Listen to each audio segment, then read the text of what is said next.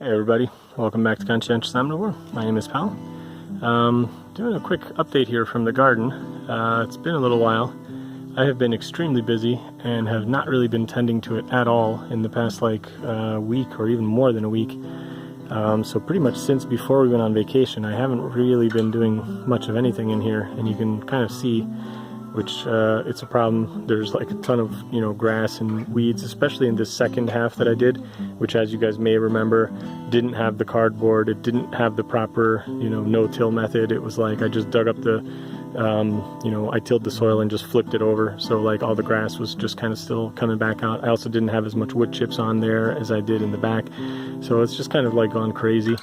And I think when it's going to be fall time and everything's cleared out, I'm going to kind of tear out everything that isn't going to come back. Like I have tiny little sage plants and a few other things that may be coming back next year. For those, I'll be careful to work around them, but for everything else, I just kind of tear everything out and put a whole bunch more mulch and do like leaves and stuff in the fall time. So that's the plan. But anyway, just wanted to show that there is still a bunch of stuff that we got out of the garden here, and just a few little problem things. Some of the corn tipped over, some of it dried out. I kind of came in too late now to harvest it, actually. It's a little bit of a shame. So I'm not going to be able to show you guys my favorite cooking method for the corn, which is basically you just take them as they are in the husk and put them on hot coals, and then they steam within the husk. That is just the best way to cook corn ever. I'll maybe just buy some corn and I'll show it to you guys just for fun. But for the ones that we got, I'm probably just going to boil them. Anyway, long story short, some of the stuff that has grown out of the composted, or sorry, not the composted, but the mulched bed, didn't do so well because I think just it's been so hot now. The squash here has started to dry out. You can still see they're growing and they're still okay, I think, but I'm going to probably have to start watering these because they were really getting yellow and shriveled up here, so that's not good. The zucchinis are pretty much done now. We just got a whole bunch more. I'm going to show you guys what we've collected. My wife and I were out here just now. We got like a whole bunch more zucchinis, some really big ones. We should have probably got them sooner, but some really nice little ones too. And this is all the corn we got. So I got one red corn that we got from my son's preschool. They were planting corn in the spring, and we took one kernel, and we got a couple of these that grew, which is super nice. I really like this color. I'm going to try and dry one of the stalks out and try to save some of these seeds, because I think that would be fun to grow. And then the other kind is just regular, yellow sweet corn. But we got a bag's worth, so not bad again for the first attempt. Got a whole bag's worth. I'm going to just boil these up and try to save some of the seeds from this guy. We still have some of the yellow seeds that we just got from the store, so we'll just grow some of these again from next year, and I'll try to get some more special varieties as well. But I really like this red one. This is really cool. Just look at the color on this. It's so nice. I really like it.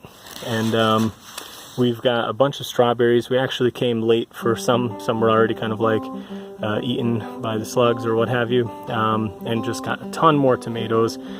This isn't even all of them. There's still a bunch more left that aren't even ripe yet.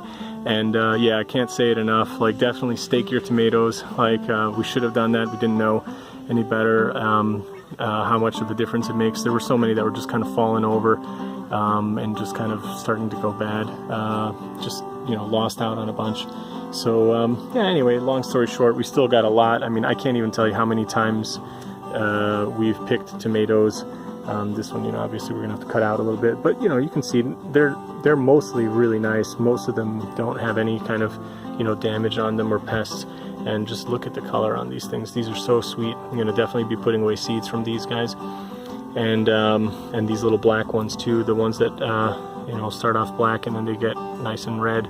These are super delicious, and they've produced a lot of fruit. You can see there's still so many more left on there, and yeah, there's just going to be more to pick like later. And our beans are doing really well.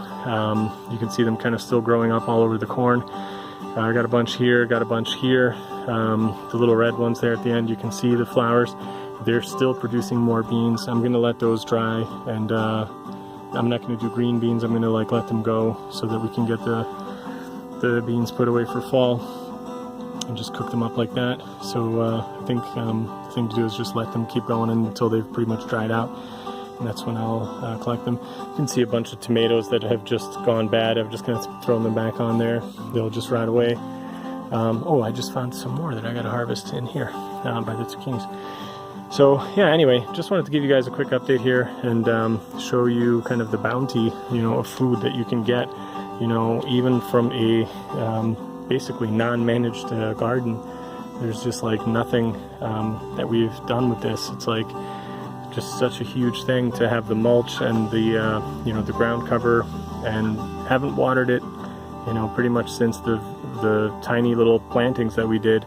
Just watered them for like 1 or 2 days, and then that's it. They got no more water. You can see that the stuff that grew out of the mulched bed, like this squash, that probably should have gotten watered. So that's another thing to learn. But since it's really just all about doing more mulch and more mulch, eventually that wouldn't even really be a problem, because I would just keep expanding the area.